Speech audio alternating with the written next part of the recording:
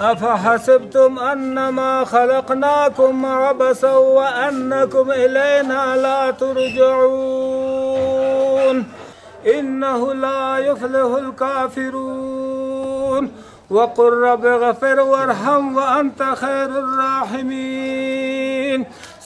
پاک پروردگار مشکلات و تکلیفات سر موشو مادر کنه. خدا پاک ما رزی تاجی ازی زحمتا و ازی مشکلات دنیا و آخرت. خدا پاک ما ilahi alemin müşkilat dünya ahireti maral kuni.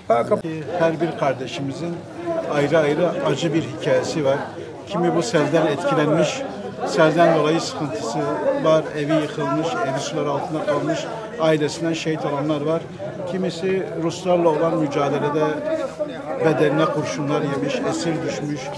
Böylesine acılarla karşılaştık buradaki kardeşlerimizle.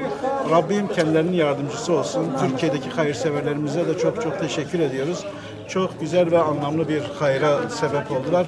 Rabbim onların ecirlerini kat kat versin inşallah. Ölmüş olan tüm kardeşlerimize de Rabbimizden rahmet diliyoruz.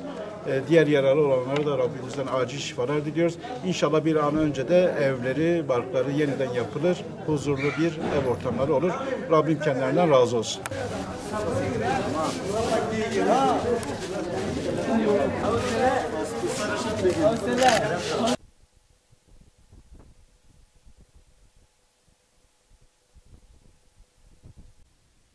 دا څوک چې مرسته کوي دغه خلکو سره دي غریبانانو سره دغه ځپلو سره الله دې نور دغه جنتونه ورکړي. دا دنیا سم ګډ وډ د لاړه پاتې نه ده.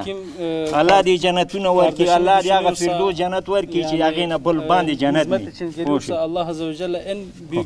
او خدای دې نور هم وس و طاقت ورکړي دې غریبانو سره مرسته وکړي او کومک وکړي. ډېر کنې هلته دلته قاري صاحب شته پوښتنه ترې وکړه. هغه قاري صاحب نه پوښتنه وکړې ورته دی چېرته پروت و هغه ده. Yani yoksa buradaki insanlara sorun benim durumumu. Valla di po ټولو وکړي چې دا څوک دې غریبانانو سره مرسته کوي. الله دې وبخښي. Kimseye yapamadığı iyilik Allah size yapsın. Yani Allah size her türlü iyiliği yapsın. Kalem baran ډېره سخته طوفان و او پکې زمون پلار پکې شهید شو او موږ ته ډېر موږ ته مالي زیان موږ ته ورسوله. Diyor çok büyük bir dolu vardı, çok büyük rüzgar vardı, fırtına vardı. Evimiz de yıkıldı. Benim babam da maalesef şehit oldu. Nasıl evde miydiler o anda? Plar dıkım zeki vefat çok. Kur ki o. Pa kor ki no pa bul zeki. Babam başka bir yerdeydi orada. Diyor babam fırtına geldiğinde bir dükkana koştu. Eve gelirken dükkana koştu. Dükkanda 3 kişi daha vardı. Fırtına geldiğinde dükkanla beraber dükkandaki adam da beraber 4 kişi hepsi şehit düştü orada. Da چې الهي آفت د موسم د سیوري زنو ذکر مخکې ناستو نو مون کور چې د خزو مدرسه دون وروسته مون کور کې نه کې نزدیکل ته خزراتلی سبق تراتلی. Diyor ki ilahi bir yani afet böyle çok bulut vardı böyle kara. Ben de oturuyordum. Bizim evimizde kız medresesi o da kızlar medreseye geliyorlardı. زمونږ د کور شاته یو غټه ونه وه چې تقریبا 150 کلو ونه وه. Bizim evimizin yanında çok büyük bir ağaç vardı yaklaşık 110 senelik.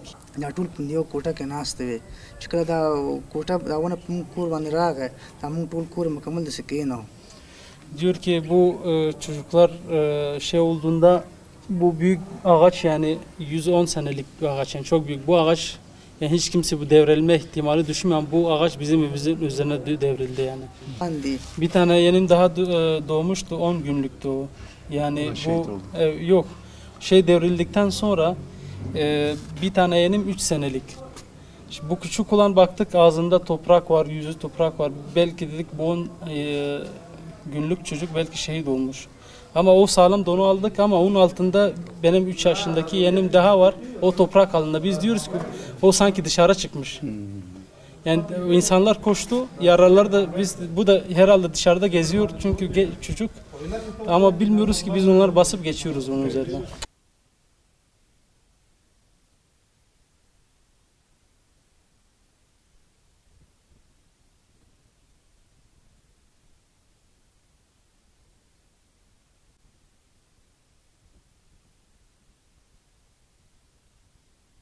Burada çocuk var. Burada. Şu an bu Celalabad eyaletine bağlı. Evet. Selin etkili olduğu ve burada da bir kardeşimizin sel altında kalarak yıkılan odada abimizin acısını paylaşmaya geldik. Hakikaten çok zordur bir evladın ölümü. Allah-u Teala kimseye göstermesin. Biz de kendisine sabır diliyoruz, acısını paylaşıyoruz. Rabbim kendine sabır versin inşallah.